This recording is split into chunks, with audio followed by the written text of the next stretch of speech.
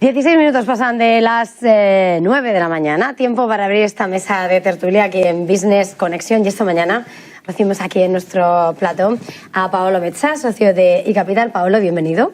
Gracias.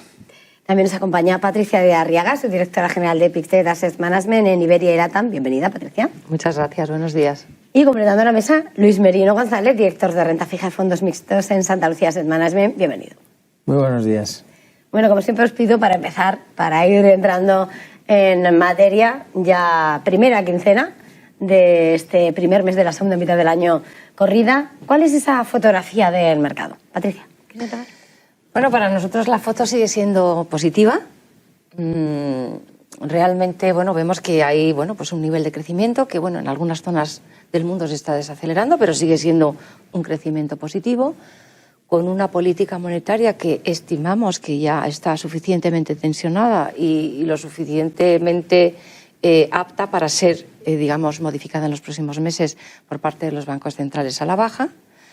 Tendencia de crecimiento moderada, inflación en máximos, tipos de interés en máximos con tendencia a bajar. Pues pensamos que es un momento bastante dulce para seguir, que la renta variable siga siendo protagonista en los próximos meses. Y por lo tanto nosotros pensamos que en la foto positiva para los activos de riesgo, especialmente en la renta variable y bueno, pues en la renta fija, por ejemplo, pues digamos la foto no ha sido tan beneficiosa, especialmente porque todos hemos de alguna manera jugado duraciones y la duración pues no ha sido muy conveniente en términos de retorno. Y bueno, pues esperemos que si esa política monetaria empieza a actuar a la baja, pues pensamos que quizá para el segundo semestre, pues quizá deberíamos prolongar esa duración, ¿no? Porque encontramos, digamos, valor en muchos activos de renta fija, ¿no?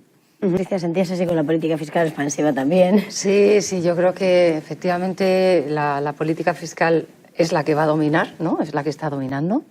Más que la política monetaria es la que fija los tipos en base a un objetivo de inflación, pero la política fiscal no. La política fiscal lo único que intenta es, digamos, mantener manejar el nivel de deuda de los gobiernos, ¿no? Y que ese nivel de deuda sea sostenible, ¿no? Desde ese punto de vista, sí, o sea, no tiene un objetivo tan estricto en cuanto, venga, pues la inflación tiene que estar aquí o tiene que estar así. Entonces, obviamente hay unos objetivos medios, a medio y largo plazo, pero efectivamente yo creo que la Fed debería bajar los tipos. Pues sí y no, la verdad. Por un lado sí, porque efectivamente estamos viendo indicadores adelantados que ya se están desacelerando y eso, pues hombre, es para mirarlo. Digamos, la creación de puestos de trabajo no está siendo tan fuerte, ¿no?, como hemos visto meses atrás. Ese es otro dato a mirar y yo creo que ellos lo miran. Pero efectivamente el dato de inflación, pues no necesariamente tiene que llegar al 2% para que bajen los tipos de interés, punto número uno. Y en tercer lugar, yo creo que el servicio de la deuda es necesario que se relaje. Hay que tener en cuenta que el coste de servicio de la deuda en Estados Unidos, especialmente, pues hombre, es un porcentaje importante en términos de PIB, en torno a un 3%. Entonces hay que mirarlo también. Entonces hay muchas razones para que bajen, pero yo creo que no lo van a hacer porque la inflación esté aquí o acá. Hay otros factores de mayor peso por encima de la inflación y los factores económicos están un poco alineados con esa potencial bajada a lo mejor en septiembre o a lo mejor en diciembre. Pero bueno, hemos pasado de 7 a 2, a 1, o sea, volatilidad, y eso es algo con lo que tenemos que convivir en los próximos meses.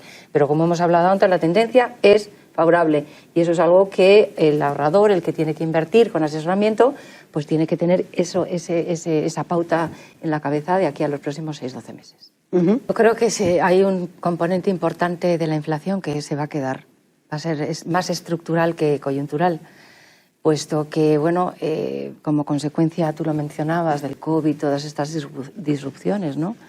Pues efectivamente pues hemos llegado a una inflación que no conocíamos en las últimas décadas, ¿no? Y yo creo que esa se va a quedar porque la inflación es un impuesto y como consecuencia del COVID ha habido un endeudamiento a nivel global tan grande que la inflación es un comedeuda y es un impuesto. Y como hay que financiar mucho, pues yo creo que parte de esa inflación se va a quedar.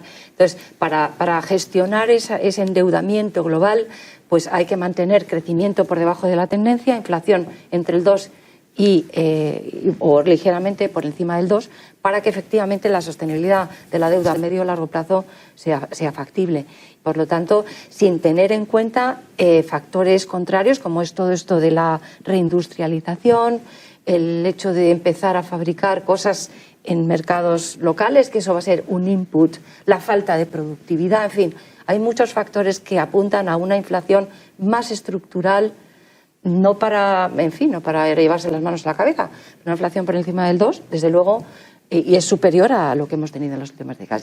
Creemos que es una parte estructural, sí, más que coyuntural. Yo creo que China Tiene, a raíz de la burbuja esta inmobiliaria, pues como pasa en las otras burbujas, ¿no?, que hemos visto hace años, ¿no?, pues que efectivamente China está en un periodo de deflación, ¿vale? Entonces, es un mercado en deflación donde realmente pues es muy difícil ser positivo. Por lo tanto, nosotros pensamos que China no es un mercado de beta en este momento, no es direccional, es de valor relativo. Porque efectivamente China tiene empresas, digamos, que fabrican las placas solares más baratas del mundo, en determinados sectores, en robótica, en coche eléctrico, en fin, es líder en muchas cosas, pero la industria tradicional, la industria de servicios, el inmobiliario, la riqueza, pues efectivamente hay muchas empresas que no lo van a hacer bien. Por lo tanto, vemos China en deflación y pues es un mercado que hay que estimular, pero que no puede tampoco, porque China tiene un problema. Mientras Estados Unidos no baje los tipos, ellos tampoco pueden hacer mucho, especialmente porque si no, la divisa se les va a devaluar mucho. Y ellos quieren ser divisa de reserva y por lo tanto tienen que mantener la paridad. Entonces, China está en una encrucijada difícil de gestionar. Es verdad que si Estados Unidos bajara en el segundo semestre los tipos, eso ayudaría mucho a estimular más la economía, que pueden hacerlo. Es decir, no han hecho más porque no pueden hacerlo hasta que no se rompa un poco esa ligazón de tipos de interés, de paridad de la divisa que tiene, y efectivamente pensamos que para el segundo semestre China puede dar más estímulos si efectivamente los tipos bajan para que mantenga esa paridad. De hecho, el renminbi se ha devaluado en el año, quizás más por encima de las bandas que tenían en la cabeza. Yo creo que eso hay que tenerlo en cuenta porque ellos quieren ser moneda de reserva también y tienen que tenerlo siempre presente. Por lo tanto, China para nosotros es un mercado, para Pictet es un mercado de valor relativo, en deflación, y por lo tanto hay oportunidades, pero siempre en valor relativo. Nosotros en renta fija la verdad es que estamos neutrales, la verdad, porque no, en fin, vemos que las valoraciones están un poco estrechas. El único, quizá, la deuda del Tesoro americano, la verdad es que con un 4,2, un 4,3 a 10 años en dólares, pues nos parece una buena inversión de medio a largo plazo, independientemente, y sobre todo si van a bajar los tipos. En crédito, pues estamos más sobreponderados en la parte de investment grade, pero a corto plazo. No estamos metiendo todavía duración ahí. Y también tenemos algo de sobreponderación en deuda emergente, tanto en dólares como en moneda local. Y en renta variable, pues efectivamente hacemos contrarios a vosotros. Nosotros estamos favoreciendo más Europa que Estados Unidos y estamos neutrales en el sector de tecnología de la información y sobreponderados en servicios de comunicación, toda la parte de digitalización. Vemos que todavía hay valor. Y geográficamente en renta variable pues sobreponderamos más Europa, más Japón y mercados de calidad como Suiza.